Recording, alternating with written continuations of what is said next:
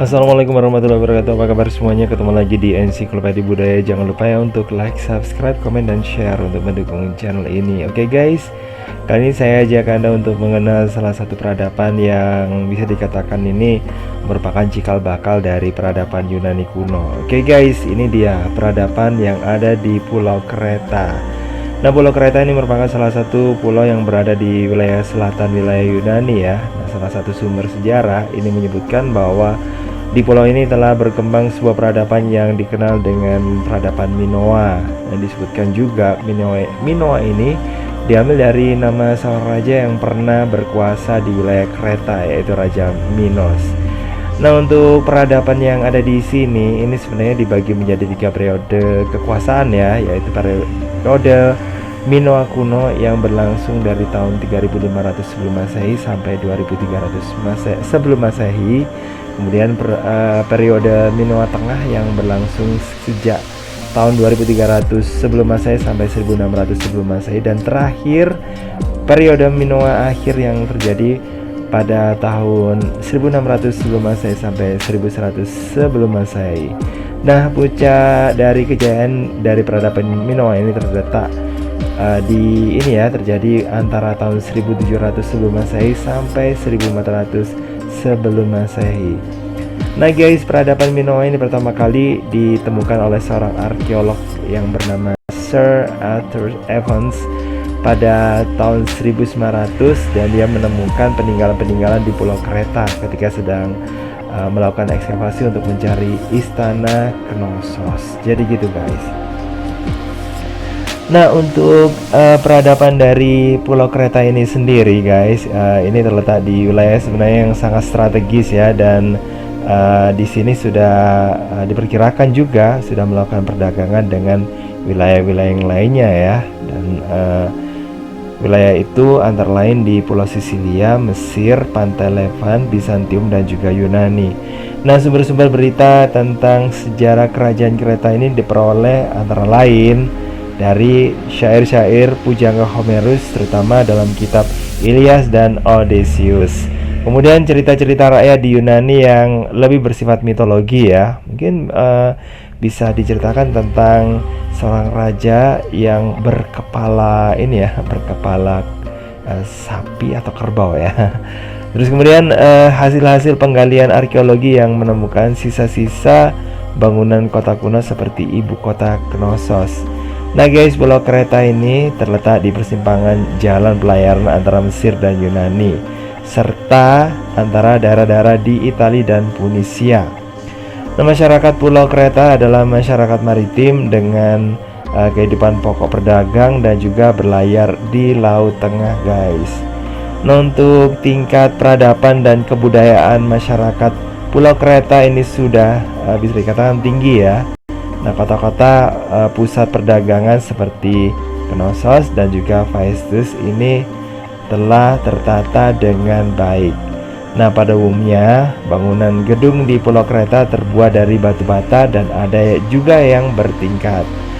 Nah, ibu kota kerajaan dan istana Knossos dibuat dalam bentuk labirin atau mungkin semacam rumah siput, atau mungkin bisa dikatakan kayak tempat-tempat yang menjebak gitu ya, kalau yang sekarang kita kenal ya.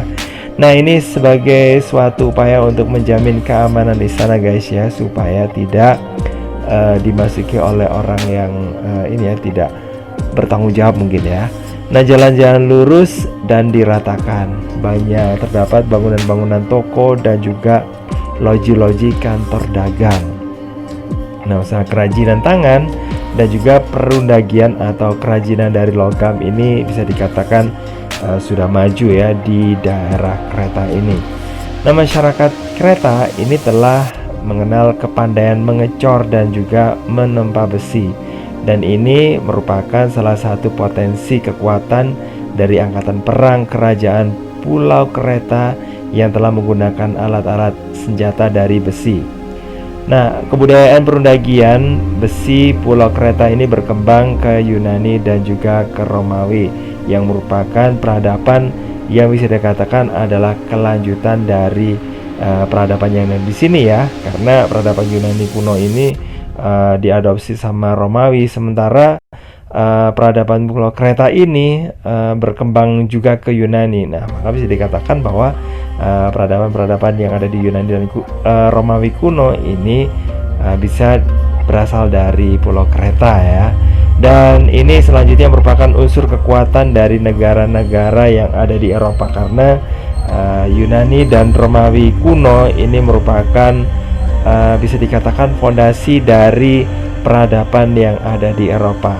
Nah, masyarakat Pulau Kreta ini juga telah mengenal bentuk tulisan yang disebut sebagai tulisan Minos ya, mungkin karena di situ ada Raja Minos, kemudian ada kerajaannya juga kayak gitu ya, makanya tulisannya pun juga disebut tulisan Minos. Nah, nama Minos ini berasal dari seorang raja besar dari kerajaan ini, yaitu Raja Minos.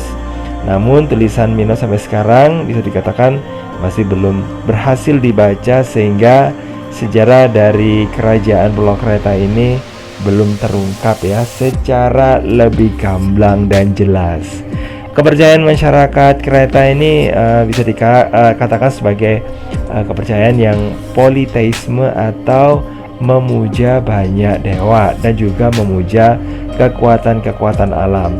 Nah guys, dewa tidak berfungsi sebagai pencipta malapetaka, tapi berfungsi sebagai pelindung dan pemberi berkah. Nah, pada abad ke-15 sebelum Masehi, kerajaan Pulau Kreta ini mengalami keruntuhan karena mundurnya perdagangan, kemudian bisa dikatakan juga karena lepasnya daerah-daerah koloni akibat dan juga akibat bencana alam ya. Nah, kan tetapi sejak abad ke-15 sebelum Masehi,